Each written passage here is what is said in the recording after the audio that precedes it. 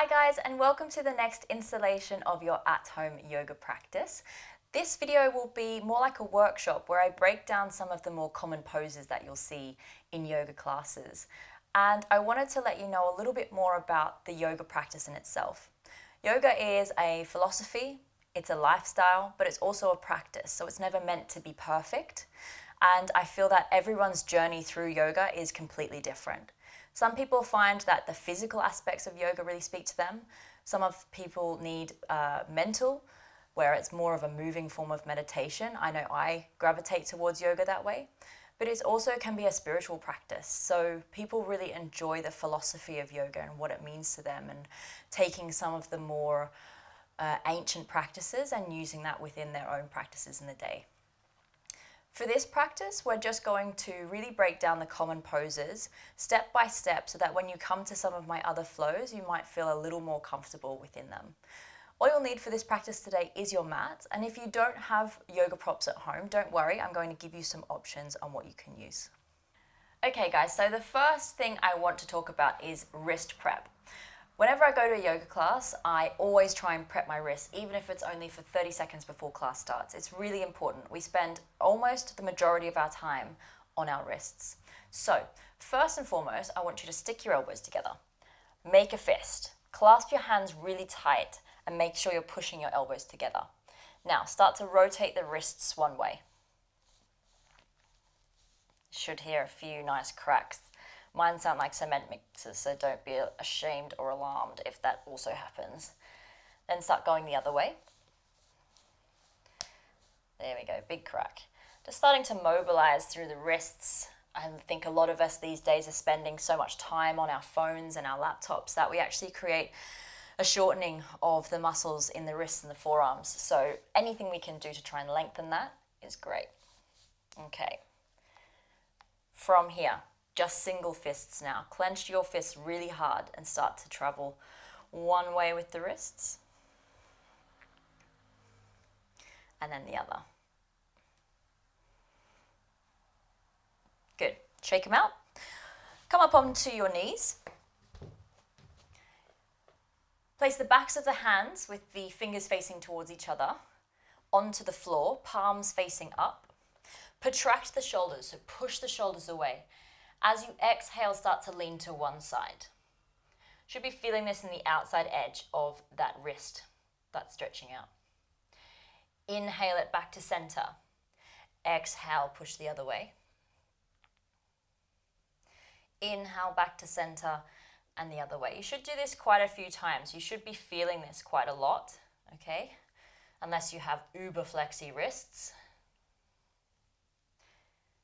And one more time. Good. From there, take the fingers to face your knees, so the palms are still facing up. Try and extend the arms as much as possible. Again, protract the shoulders, push them away, and then slowly start to sink back onto your heels. Now, if you can only go a little way, that's completely fine. Just work towards that edge,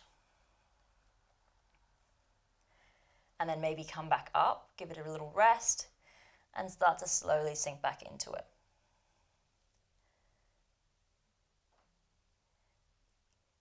Good. So after that, they should feel nice and warm. They should have some movements, maybe some tingling in them, just so we're getting all that fluid to flow towards the wrists. So the next one I want to go through is cat-cow. Generally, people like to think that they're doing cat-cow quite well, but it actually needs to be really slow. You need to use the full length of the breath, the inhale and the exhale, to get the full extent of the posture. So coming up onto hands and knees. The wrists are underneath the shoulders, the knees are underneath the hips, and you usually start in cow. So you drop the belly, you lift the chest, and you push the chest, shine it through, and then maybe you lift the head. So it should take the full length of the inhale to get there. For the exhale, the first movement is you tuck the chin. Start to push the ground away, push, push, push. Segment every bit of the spine up towards the ceiling. You should end in an angry cat shape. The belly should be tucked in. You should be looking towards your belly button. And then on the inhale we go again. Drop the belly. start to lift the chest. Keep the neck nice and long to start with, and then you raise your head. For the exhale, tuck the chin. Push the ground away. Push as hard as you can. Push through the knees even. And then start to look towards your belly button. And then when you come back to a neutral spine, you should actually feel that there could be some tight spots in your spine, which is completely normal. We all have little bits of tension locked in our body. So with the cat-cow, I urge you to just take it that little bit slower. Use the full length of the inhale, the full length of the exhale, and I promise you, you'll get a whole lot more out of it. So the next one we're going to move to is a downward facing dog. Obviously, downward facing dog is something that you hear and do a lot in a yoga practice, but I often see people that have too short of a downward dog, or they are trying to get their heels down towards the mat, which is not the key to the posture. To start off with, we're going to test the length of our downward facing dog. So often people will try and get their heels towards the mat. It'll be very short and they'll look like this and they'll go, yep, I've got it. But what we're actually trying to do is have a length that we can travel forwards into a high plank. So if you are here and you get to a high plank and you're all the way over here, you're going to be like, what the hell do I do now? How do I get down? And people often adjust their feet. I've been, doing that for a long time as well, until I actually had a teacher who would come around every Vinyasa and teach us that if we didn't do it, we'd have to do it all over again. So now we think that we've got the right length for our downward dog. We test it. You roll forwards into a high plank. We know that we either have to come down to Chaturanga or we're coming into Cobra. So if I know that I'm going to either shoot too far forward or I'm too far back, it's really going to start to test the shoulders. So if you haven't adjusted the feet, we're going to go down to modified Chaturanga. So we're going to drop the knees and untuck the toes. You do start to inch forward, and then you tuck the elbows and you lower all the way down. Now, if you haven't had to adjust, that is the right length for your downward facing dog. So come back up to a downward facing dog. Now that we've got the length right, we're going to start to work on the schematics of what it may or may not look like for you. The hands can come to a 45-degree turning outwards. All 10 knuckles push down into the mat. So you're lifting out of the wrists. And then from there, you start to straighten the arms. Now, if that doesn't work, you can keep a slight micro bend in the elbows. The next part we're going to look at is the shoulders. They should be broadening across the upper back. So your armpits actually turn inwards to talk to each other. Okay, that should create a nice length across the upper back. The aim isn't to get your heels to the floor. It's almost to get your chest towards your thighs. So you're trying to push your chest through towards the back and lift your tailbone nice and high. So to test that, you find length in the mid-body. So stretch out. Make sort of a booty popping shape and try and thrust your bum towards the ceiling. And you see the difference. If I did that and I'm nice and flat, it's actually not what we need. So you bend the knees, you shoot the tailbone up and create nice length through the mid-body. Now this is a much nicer shape. It's more towards a capital A shape than if I did this. So to start from the ground up, placing the hands down, pressing through all 10 knuckles. Start to straighten the arms. Armpits turn in towards each other. Chest pushing through towards the back. Bend the knees. Lift the tailbone nice and high and shoot it towards the ceiling. Keep the knees bent if you need to. If the heels aren't touching the mat, then that's no problem. Just bend through the knees, shoot the tailbone nice and high, and that is your downward facing dog. So now we have our downward facing dog. Pretty key posture in yoga. But the next thing I want to speak about is Vinyasa, and that is a high plank to low plank, up dog, down dog. Now they have other fancy names, but I will try and use the more common English for you so we don't get confused. So from our downward facing dog, the next bit is to inhale forwards to a high plank. So ripple forwards, feel that segmentation of the spine like we did in cat-cow. And come to a pause. From your high plank, I want you to push down through all 10 knuckles, protract the shoulders. That means push them away from the ground. You should be slightly tucked under in the bum. Your core should be in and up. And you should be pushing energy out through the back of the heels. What I mean by that is you should be strong through the back of the heels. See how if I'm like this, the legs drop down and they're just a bit weak. They're not doing anything for me. So energize them. Make sure that they're switched on so that it can help you in your high plank. Now from here, like I said in our downward facing dog, we're going to inhale forwards. You slightly rock forwards. Modified Chaturanga is where we're going first. You drop the knees, untuck the toes.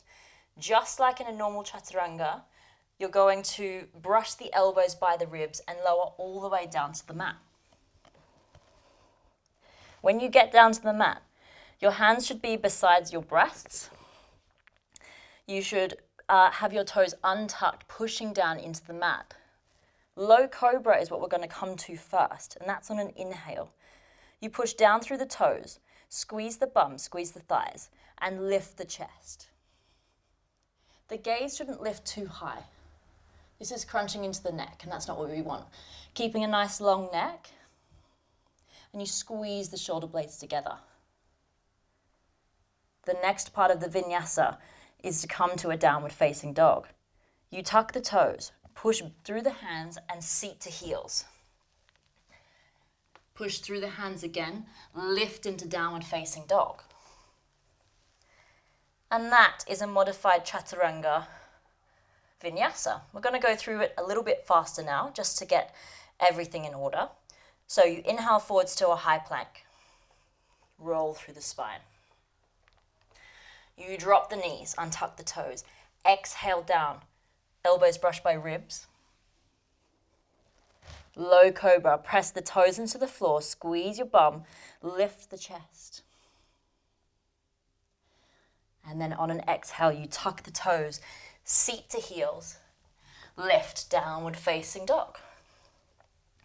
So you might hear that quite often in your classes. So if you need to do modified, please do. It's always a good option. I always take modified at the start of my practice to warm myself up, warm up through my hamstrings, and just generally to get into my flow. Now we're going to move on to a full vinyasa, a full chaturanga. It's a little bit harder, and if you don't have the right strength, it can often be quite detrimental to the shoulders. People come out of classes saying, oh, my shoulders hurt, that was a really good practice. But I'm like, I know why your shoulders are hurting, because you haven't activated properly and you've probably gone a bit too far. So for normal chaturanga, normal vinyasa, we're going to inhale forwards to a high plank, just like normal. Protract the shoulders, push everything away. Now, to come to chaturanga, you only come down halfway, elbows brushing by ribs, go no further than halfway. We exhale down. Nice and strong. The core is on, the bum is on. Then you're going to roll through into upward facing dog. Upward facing dog, our next point of contention. The thighs are not on the ground. This is something called seal. You push through the hands, you push through the toes, and you lift the thighs. Some people like to say squeeze the bum while you're here. You should be shining the chest through. We're not doing this, and we're not just hanging out here. Push through the toes. Engage the thighs, engage the bum, push the hips and the chest through, and look straight. This is your upward facing dog. From there, you're going to tuck the toes. This is hard to do slow. And then lift the bum and push back, downward facing dog. So that is what we call a normal vinyasa or a full chaturanga. But if you don't have the strength, please do modified. There is no shame in it. And it's what you do to build strength. So just running through that normal chaturanga again. I'm going to do it at speed with the breath. Inhale forwards. Exhale down. Inhale up. Exhale, downward facing dog. Roll over the toes. And that is how you do a vinyasa. So, moving on to those next points. If you need to, stop the video, go back and do those vinyasas again, because once you get those down pat, they do become second nature. You know that you have to exhale down Chaturanga. You know that you have to inhale up, upwards facing dog.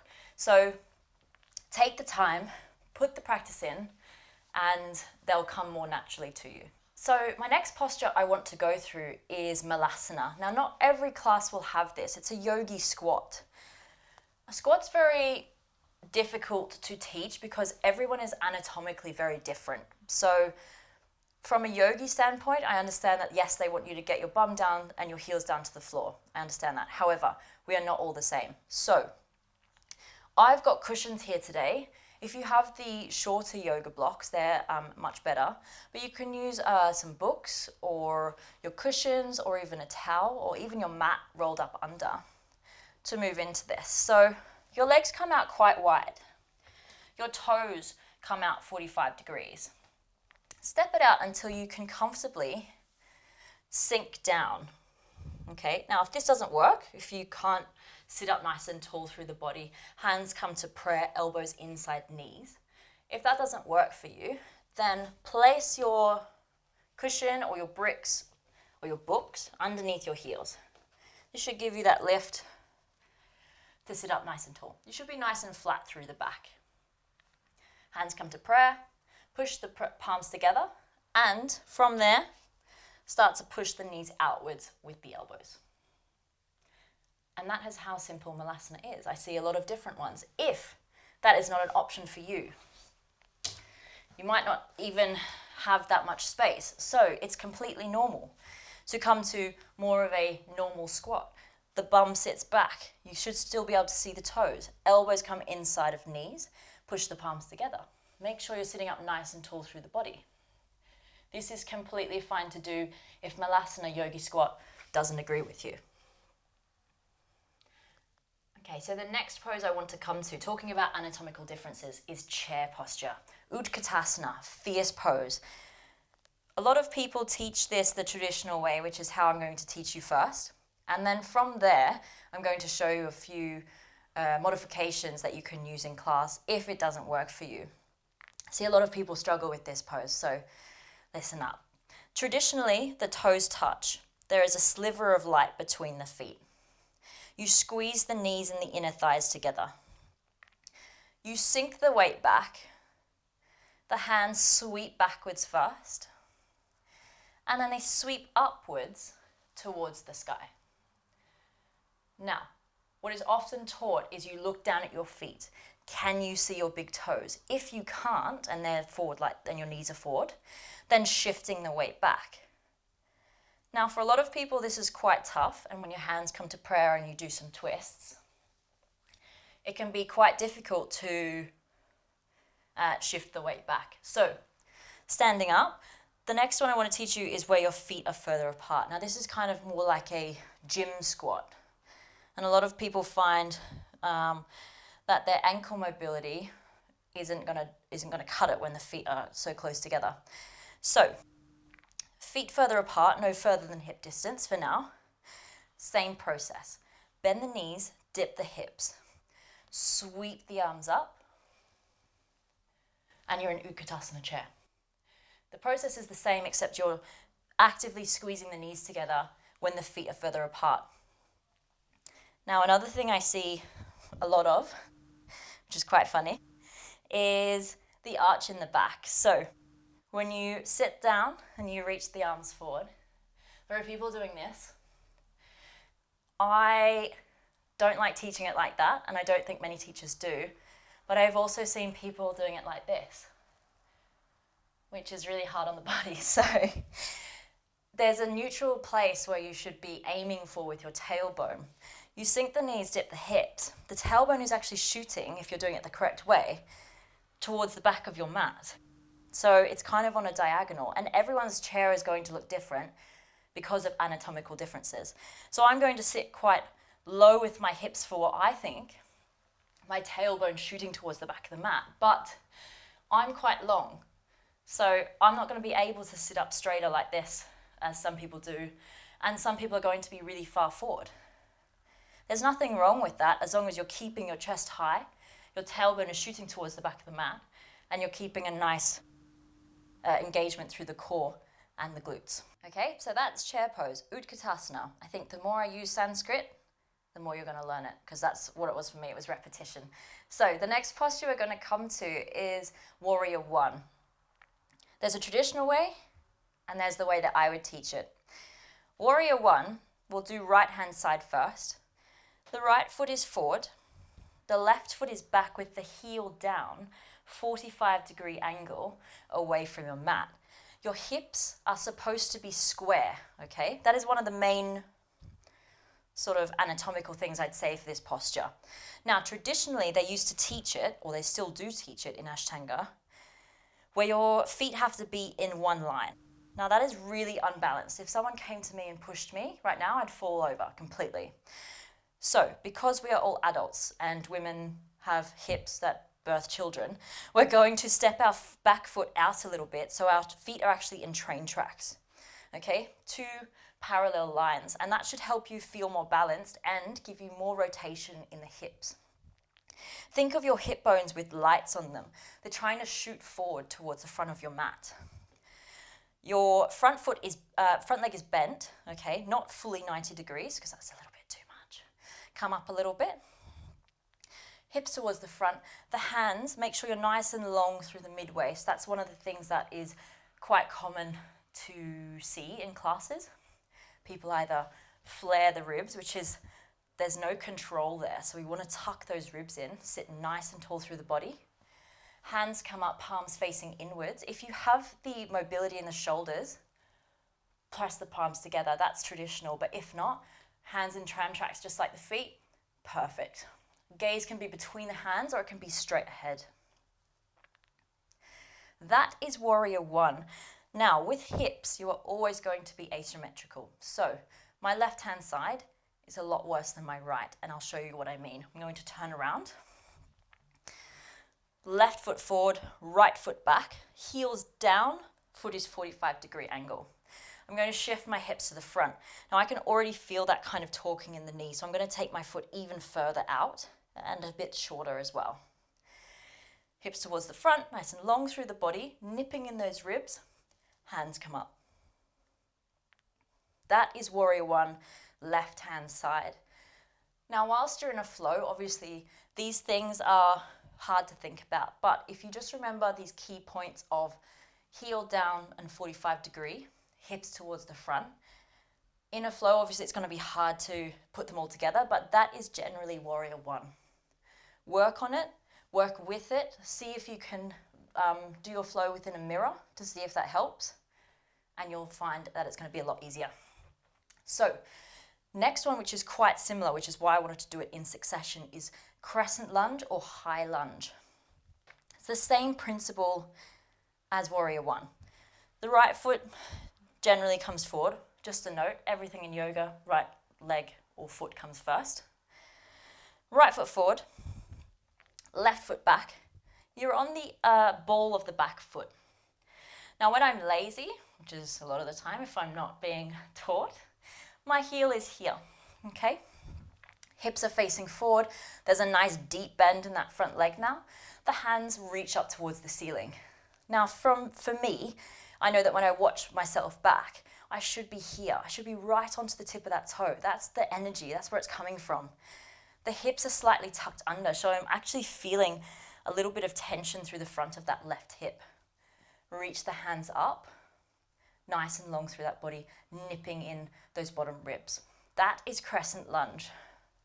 Now, left-hand side. Again, my hips are very different. So, I'm a lot tighter through my left hip on the front than I am on the right. So, if I'm being lazy, my heel is down here, but we want to be right up onto the ball of that back foot. Nice bend in the left leg. The hands come up, nipping in those ribs.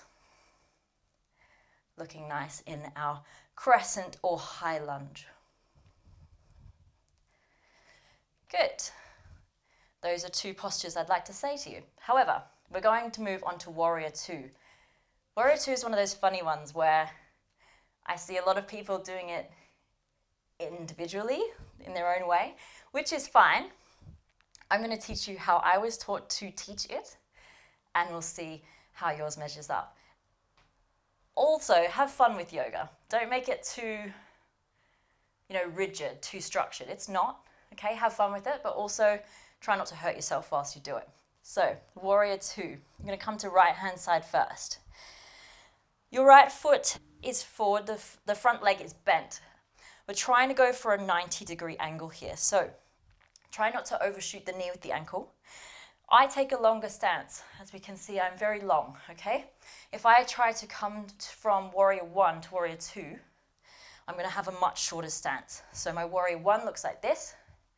When I come to warrior two, I can't get a 90-degree bend in that front leg, so I have to move my foot back, and that's completely fine. Adjusting yourself is completely fine in yoga, in my opinion. So the arms come out. Your gaze, your drishti, your focal point, is over your front middle fingers. Your hands should be parallel with the mat, but only at shoulder height. So not up here, and not all the way down here. Roll the shoulders down, and sink down. Now, to test that, flip the palms up towards the ceiling. Okay, that should actually externally rotate both arms. Then, don't move the arms at all except the palms. Flip them back over. The height shouldn't change. So we work down from here. The legs are at, the front knee is at 90 degrees. Your front heel should be in the middle of the arch of your back foot. So that gives you a nice sort of eye line to position your feet.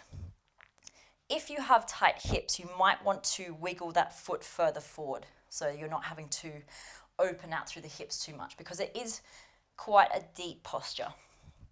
Okay, from there, nipping in those ribs again. We're not flaring out like this, okay? Not looking all jumbly. We're nipping in those ribs. We're opening out through the hips. Your gaze is over your front middle finger. And remember, you're a warrior. This is a strong pose. We're not having soft fingers. We're not just hanging out in this posture. We're strong. We're a warrior. Sink down, hold the pose. Pretend you're trying to rip your mat apart with both feet. So that foot's going that way, that foot's going that way. We're strong. And you breathe. Good, coming up from that one.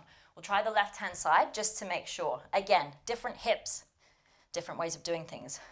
Look at the feet first. Is my heel in line with the arch of that back foot? Yes, it is. Sinking down, approximately 90 degrees. The hands can come up and over, and you're going to sink down, warrior two. Gaze is over the front middle finger. Shoulders are down, nice and strong. Another key note is to look down at your big toe of your front foot. If you cannot see that big toe, this knee is rolling too far inwards. So you've got to roll it back, push it back so it's almost in line with your pinky toe. Hands come out straight. Take your gaze down. Is it there? Yes. So pull it on backwards. And you breathe. Okay, good. From here, straighten that leg. Take the toes in a bit. I'm going to move on to a posture that is quite common in most practices, and I see a lot of it going wrong at the same time. So, triangle posture, Trikonasana. I'm going to start with the right foot, as always. Right toes are facing forward. The back toes are down and 45 degrees, just like warrior one. With warrior one, I would say bump the back foot up and out. You probably wouldn't say that for triangle because you're going to be going sideways. So making sure that almost like warrior 2 feet, the heel is in line with the arch of the back foot. Triangle is with a straight front leg. The hands come out like warrior 2. You flip the palms to face forward. You're going to inhale forwards. The hips sassily come back towards the back of the mat. So hips shift back, you're shifting forward. We're going for length in the side body. So when you travel forwards and down, the right hand comes to the inside of the right leg. The left arm shoots towards the sky. You're trying to reach apart with the right and left hand, okay? With the side body, I often see people reach towards the foot and closing off all of this lovely length we've just created in the side with reaching forward first. So it's actually about length. Be honest with yourself. One side is obviously better than the other for me because of my hips, but as I reach forward, my right is way better than my left. So I'm going to actually go for it with the inside of the ankle, stretching the body away from each other, reaching that left hand towards the sky, rotating my chest to eventually shoot towards the sky. To come out of it, you look down at your right foot, lifting up, and we're going to change over straight to the other side. So the right toes tone in, the left toes tone out. The hands come out again, flip the palms. You're going to reach forward first. Now notice the difference. If I try and go to my ankle, I'm obviously bending forwards to try and reach that. So I'm going to come up to almost my knee. That's the difference in sides of my body. But I'm being honest with you. Reaching forwards first, hand comes down, right arm shoots to the sky, rotating the chest, and you're going to try and look up to your top hand. Utthita Trikonasana, triangle pose. Both legs are straight. Again, you're trying to rip that mat apart with your feet. And then look down at the bottom foot, inhale to come back up. That is Trikonasana, triangle pose.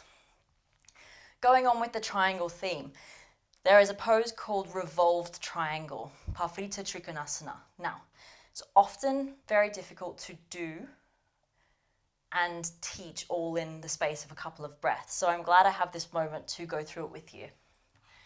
Grab a block or some bricks.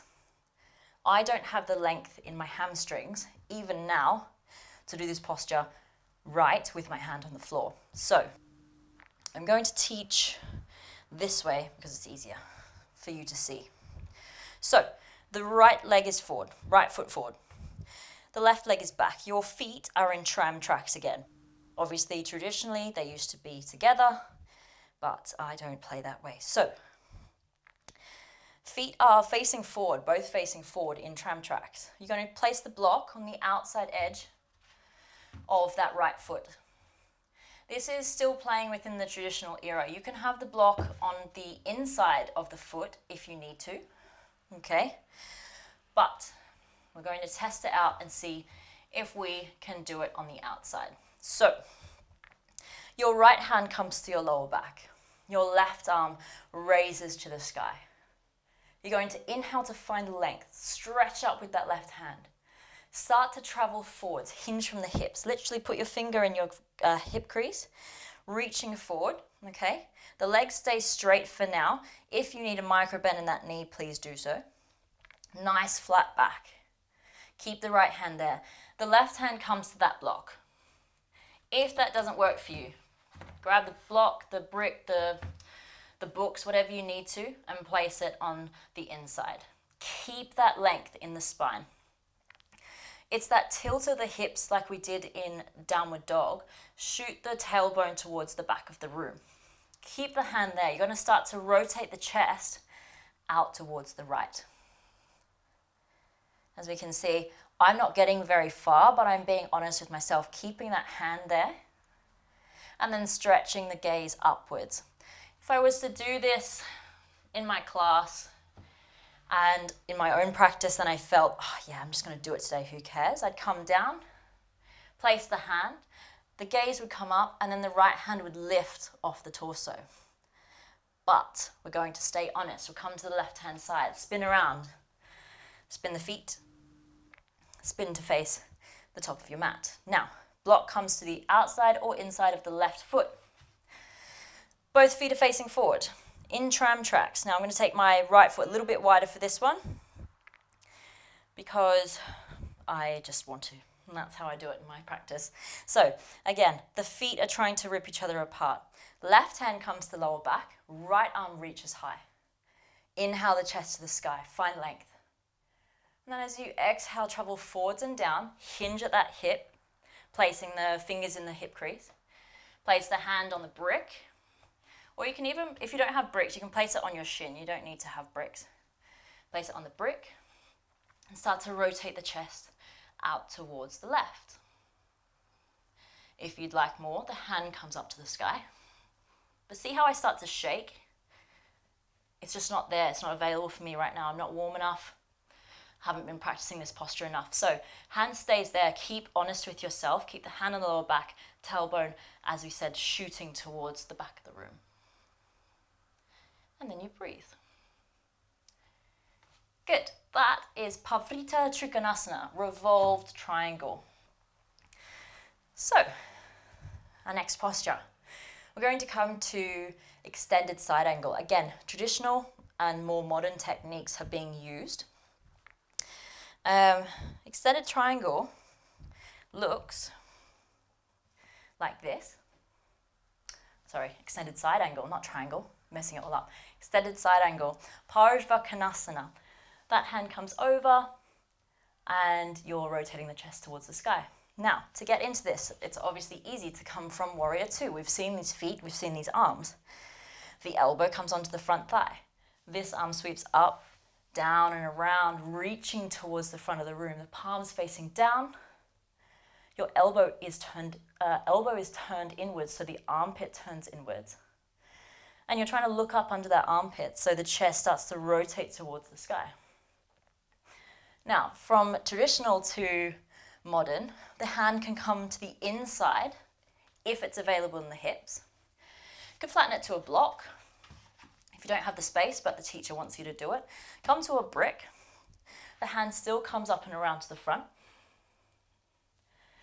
Or you can come to the floor. Now, two types of traditional here. You can go on the front of the foot, or some people want you to go on the outside. So you're like hugging in the knee. Either or, but be honest with yourself. If you have to stay up here, try not to put too much weight into that elbow. Try and be strong through the side body, rotating the chest towards the sky, looking up under that armpit. Moving to the left-hand side, you look down at the foot. Use your breath, use your core. Inhale to come up. Turn the feet in, turn the feet out. Sink down. Hands come out to the front. Warrior two. The front hand comes to the thigh. This back hand, I like to sweep it down and around because then the shoulder sort of goes through a full range of motion. Looking up under that armpit, rotating the chest towards the sky.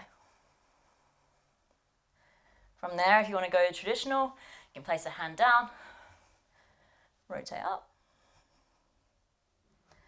or, I need to move my foot a bit, you can place the hand on the outside of that foot.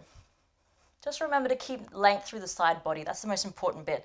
So if you're collapsing or you're, can't rotate the chest towards the sky, then make sure you're up here, strengthening, pushing through the outside edge of that back foot. Reaching in a nice diagonal line. Extended side angle, Parsvakonasana. Now, moving on to a pose that I have in one of my other flows on YouTube. It's called Twisted Lunge, or Parivrtta Paschimottanasana. Okay, long-winded, we don't need that one. So it's a twisted lunge. What I found was people didn't understand how to make the twist and stay balanced. So what I'm going to teach you is how to do that. The right leg is going to come forward. I'm going to teach you this way so you can see the rotation in the trunk. You come from a crescent lunge like we practiced before, nice and high on the back foot. So you're nice and stable. If someone came and pushed me now, then I probably wouldn't be falling over. Making sure that you're engaging through this glute here. The arms raise up. Now I ask you to come hands to heart center. Pressing the hands, pressing the thumbs into the chest. You start to lean forward. To make the twist, you're going to keep this stable. You're going to hook the left elbow outside of right knee.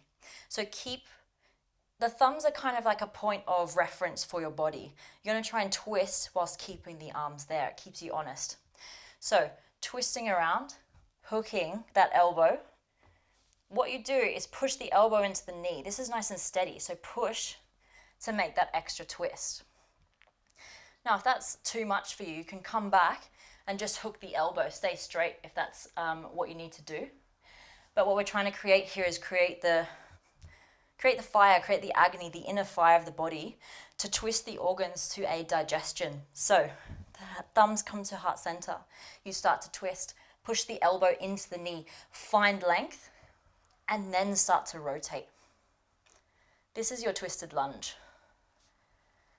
Now to come up, simply engage the core, push through those legs. I know they're probably screaming at you right now, but hey, this is all practice. It's all good for us.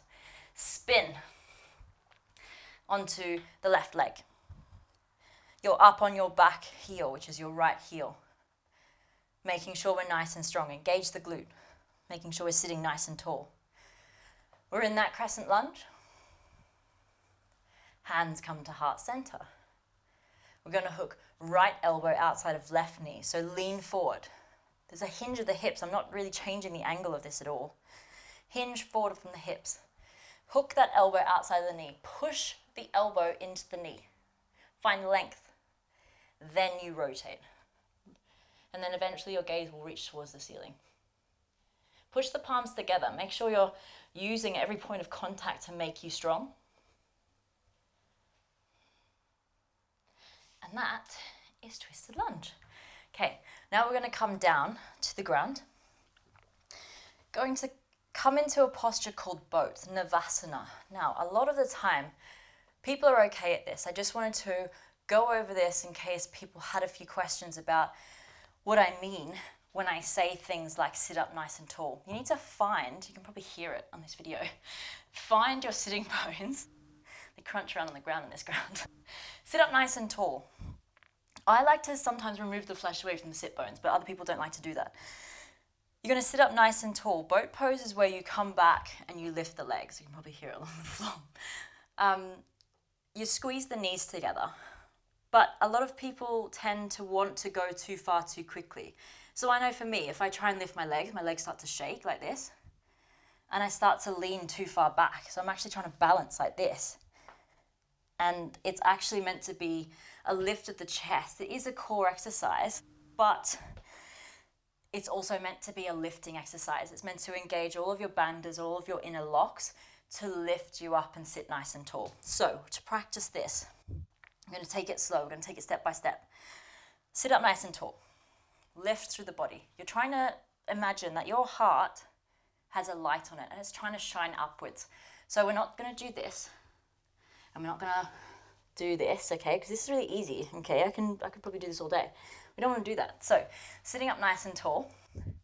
Suck in your lower belly. So suck it in nice and tight, okay? Lift the legs into tabletop. Squeeze the knees and the inner thighs together. Hold behind the knees for now. Point the toes. If you like them flexed, you like them flexed. You're a bit weird, but it's fine. Point the toes. Lift up nice and tall. And you're just going to look towards your big toes. That's step one of boat, and that is completely fine. If you would like more, which is what I teach in my class, because it's always fun to try, you need to have a little bit of bravery and a little bit of, gumption to try and do that. So, sitting up nice and tall, lifting the legs, squeeze the knees together, hands come out, and then flip the palms towards the ceiling like you're holding dinner plates.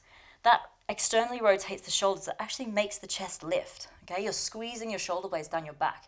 Everything is engaged. Look towards your big toes and then start to breathe. This is boat, making sure the lower belly is sucking in. Now, for those people who like that little bit extra torture, or you have the strength and the ability, the legs are going to come out straight. So mine are going to shake quite a bit. Absolutely fine. Not sad about it. A little bit sad about it. Okay, so sitting up nice and tall. Squeeze the knees together. Now, the legs are going to extend, pointing through the toes. Hands come out, and you start to breathe. Now that, my friends, is the other version of boat. I'm not going to torture myself or you, but if you get up to that stage, congratulations. But work on it every day, making sure we have the initial stages of boat first. Work up the strength. It's exactly like Chaturanga. Don't go into full Chaturanga if you don't have the strength, because you're just going to hurt yourself, okay? Doesn't build up strength that way. Come down to the modified version, move on to the extended or the advanced version. Okay, so next posture is called Pidgeon. Half Pidgeon actually, because we're not doing king pigeon, which they classify as full pigeon. A lot of people have problems with their knees and their hips. I'm going to show you how to do half pigeon the way I would teach it, and then I'm going to show you modified pigeon, which is like reclined pigeon.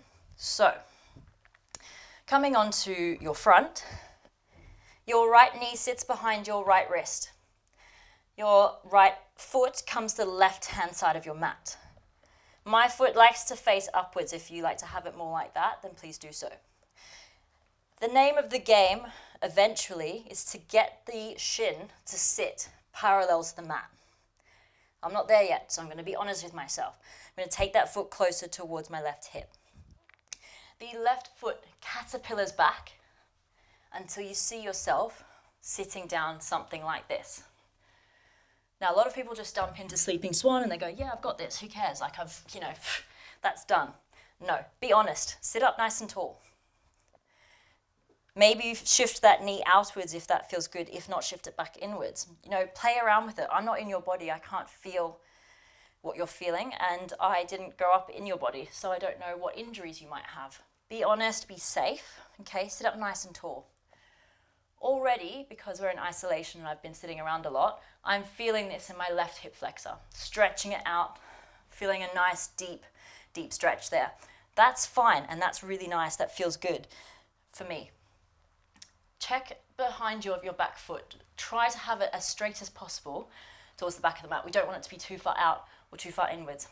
Sit up nice and tall to start. This is actually called half pigeon. Parivrtta Kapotasana. Really long name for something called half pigeon. So, if you want to move further, maybe you come down onto your forearms. If that's enough, stay there. You should be starting to feel that now. Less in the hip flexor, more in the glute. Come down to your hands. Next step. We're trying to find length in the body, so stretching that body as I said before, and then slowly coming down onto the forehead. This is called half pigeon. Full pigeon or king pigeon, royal pigeon, whatever you want to call it, looks the one where they do this. And they stretch their arms back and they look all fancy whilst doing it. That kills me, so I'm not doing it. I'm not going to teach you that. But this one, sitting up nice and tall, half pigeon. Going to come onto the left-hand side. Always do both sides, even if they're painful. Otherwise, you're going to find a little bit of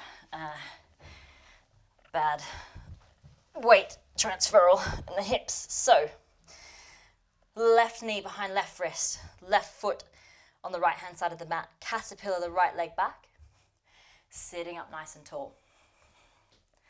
My left-hand side is my worst side, so feeling it a lot in the right hip flexor here. I feel like I want to shift to the left because I feel like tightness. So try to relax, try and breathe into any areas of tightness, sitting up nice and tall.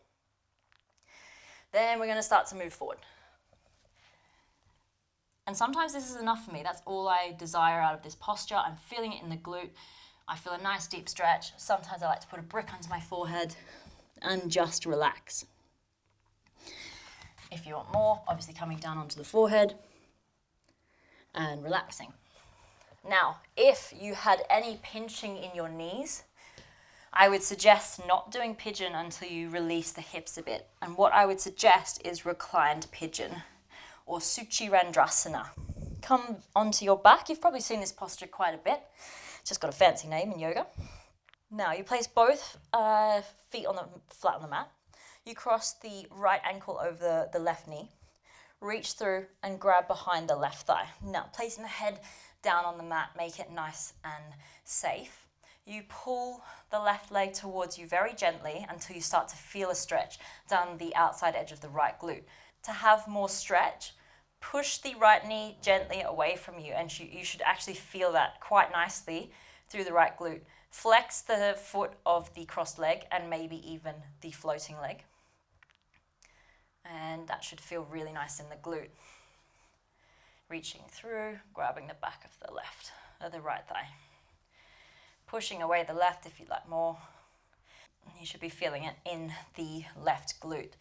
So at any point in time doing pigeon, if you feel a pinching in your knee, please come out of it and do reclined pigeon. It's just as beneficial for you in the end.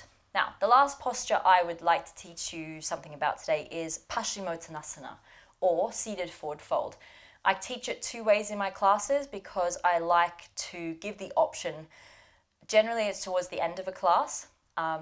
And for me, it depends on how I feel through the day and how my practice is going. So for seated forward fold, it's exactly as it sounds. You're going to sit nice and tall, removing flesh from the sit bones. This is a good time, if you need your strap. Strap, blanket, jumper. You can use a multitude of things for this. You don't need a yoga strap. I just find them very helpful, obviously because I practice at home. So, sitting up nice and tall, removing this flesh away from the sitting bones. Your feet are going to flex back towards your face. Bring the toes towards your face. So you should already feel like a little bit of activation there through the thighs and the calves.